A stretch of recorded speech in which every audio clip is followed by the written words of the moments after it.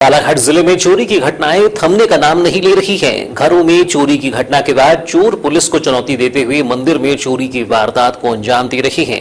शहर में 2 दिनों में एक घर सहित 2 मंदिरों में चोरी के प्रयास का मामला सामने आया है। बताया जाता है कि बीती रात शहर के मोती तालाब चौक स्थित दुर्गा मंदिर और वार्ड नंबर 24 में पॉलिटेक्निक मार्ग स्थित शिव मंदिर में बीती रात चोरों ने चोरी का प्रयास किया। हालांकि शिव मंदिर में चोर ताला नहीं तोड़ सका, लेकिन मोती तालाब चौक स्थित दुर्गा मंदिर में गेट का ताला तोड़कर दान पेटी को उठाकर कुछ दूर ले जाने के बाद दान पेटी को तोड़कर चोरी करते वक्त मंदिर के पास ही निवासरत गिरीश उपाध्याय की सजगता से एक युवक को पुलिस ने धर दबोचा।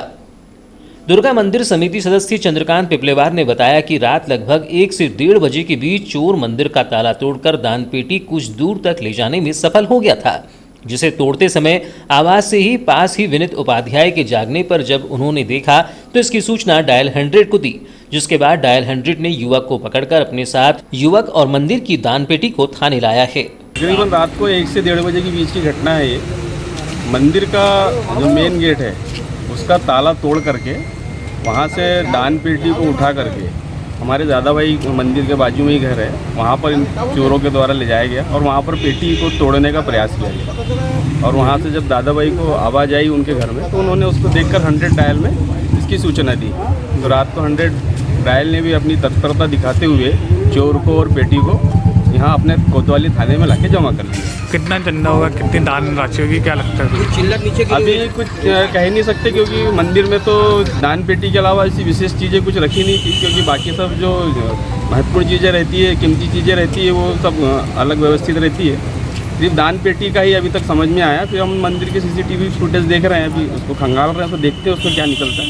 गेट की आवाज़ आई मेरे यहाँ, तो मेरे यहाँ के कुत्ते ने भौंका तो मैं बाहर निकल के देखा तो मेरे को सामने आजू बाजू दौड़ाया तो नज़र तो देखा मेरी पेटी।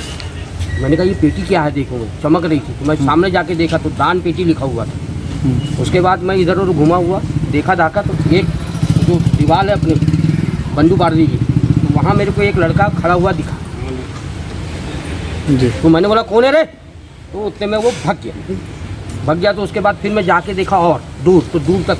उसके बाद मैंने अपने मिसेज को बोला, मैंने कहा थोड़ा एक काम करो, अपन चलो अंदर लाइट बंद कर दो, खिड़की के पास से देखते। खिड़की के पास से जब देखे तो वो आदमी सामने आया लड़का और वो उठा रहा था। मैंने कहा साले रुक जा, मैंने कहा अभी फ़ोन करता हूँ तेरे को मैं अभी। साला भागते भगा फिर वो उठाकर आगे रास्ते में फेंका। फिर मैंने यहाँ 100 नंबर पे डाला तो यहाँ पकड़ा गया चोर।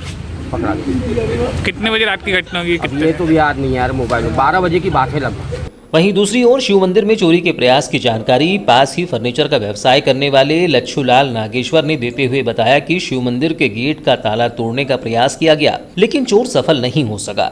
चोरी के मामले में शहर के वार्ड क्रमांक 18 देवरस गली स्थित रितेश सेवईवार के सुने मकान में भी अज्ञात चोरों ने गत दिनों चोरी की वारदात को अंजाम दिया है, जहां से चोरों ने घर में घुसकर चांदी के ब्रेसलेट, चांदी की लक्ष्मी जी का सिक्का और पुरानी धातु के सिक्कों की चोरी कर ली है, जिसकी अनुमानित कीमत 10,000 रुपये बताई जा रही है। इस मामले में रितेश सेवईवार ने कोतवाली थाने में रिपोर्ट दर्ज कराते हुए बताया कि वह सॉफ्टवेयर इंजीनियर के काम से पिता के साथ पुणे में था। इस दौरान उनके सुने मकान में घुसकर चोरों ने चोरी की वारदात को अंजाम दिया, जिसकी जानकारी उसे परिजनों से मिलने के बाद जब वे यहाँ पहुंचे तो घर का पूरा सामान अस्त व्यस्त था और घर की अलमारी में रखा चांदी का ब्रेसलेट, चांदी और पुरानी धातु के सिक्के चोरी हो गए थे। इस मामले में पुलिस ने अज्ञात आरोपी के खिलाफ धारा 457 एवं 380 के तहत आपराधिक मामला दर्ज कर विवेचना में लिया है। जिले सहित कोतवाली क्षेत्र में पुलिस के वरिष्ठ अधिकारियों के होने के बावजूद चोरी की बढ़ती घटनाओं ने न केवल पुलिस की नींद उड़ा दी है, बल्कि सुरक्षा व्यवस्था पर भी सवाल खड़े कर दिए हैं।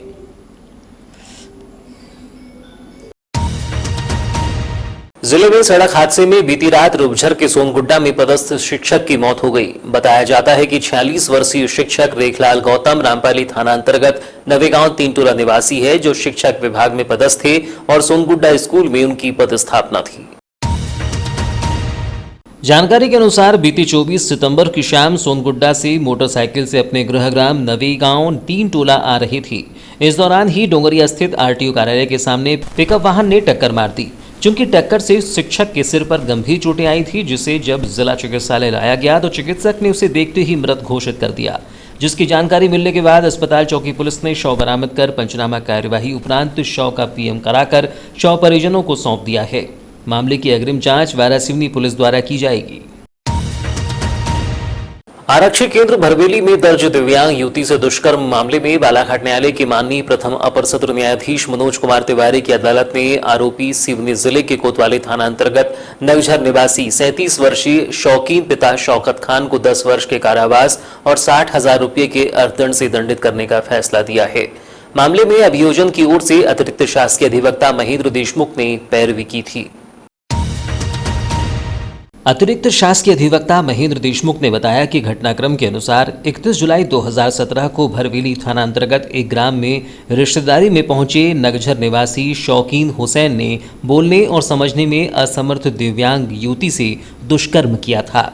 जब पिता वहां पहुंचे तो देखा कि आरोपी दिव्यांग बेटी से दुष्कर्म कर रहा था, जिसको पकड़ने के बाद आरोपी किसी तरह हाथ छुड़ाकर भागने में सफल हो गया था, जिसमें परिजनों द्वारा शिकायत के बाद पुलिस ने पहले अज्ञात के खिलाफ मामला दर्ज किया था, जिसमें विवेचना उपरांत साक्ष्यों के आधार पर आरोपी को पकड़कर न्यायालय में पेश किया गया था, जहां से उसे न्यायिक अभिरक्षा में जेल भिजवा दिया गया था, जिसमें मामले की संपूर्ण विवेचना उपरांत पुलिस ने अभियोग पत्र न्यायालय में पेश किया था, जिसमें सुनवाई चल रही थी, जिसमें परिजनों और परिस्थितिजन्य साक्ष्यों के आधार पर माननीय न्यायालय ने आरोपी शौकीन खान को दोषी पाते हुए धारा 450 में 5 वर्ष का कारावास और 10,000 रुपये जुर्माना एवं धारा 376 2 में 10 वर्ष का कारावास और 50,000 रुपये के अर्थदंड से दंडित करने का आदेश दिया है। आदेश में माननीय न्यायालय ने विवेचक पुलिस अधिकारी की जांच पर भी सवाल उठाए हैं। डीएनए परीक्षण को लेकर दोषपूर्ण विवेचना पर माननीय न्यायालय ने कड़ी नाराजगी जाहिर करते हुए आदेश की प्रति पुलिस अधीक्षक को समुचित कार्यवाही के लिए भिजवाने की बात कही है। फिलहाल समाचारों में वक्त है एक छोटे से ब्रेक का। ब्रेक के बाद हम फौरन हाजिर होते हैं, तब तक बने रहिए BTV न्यूज़ के साथ।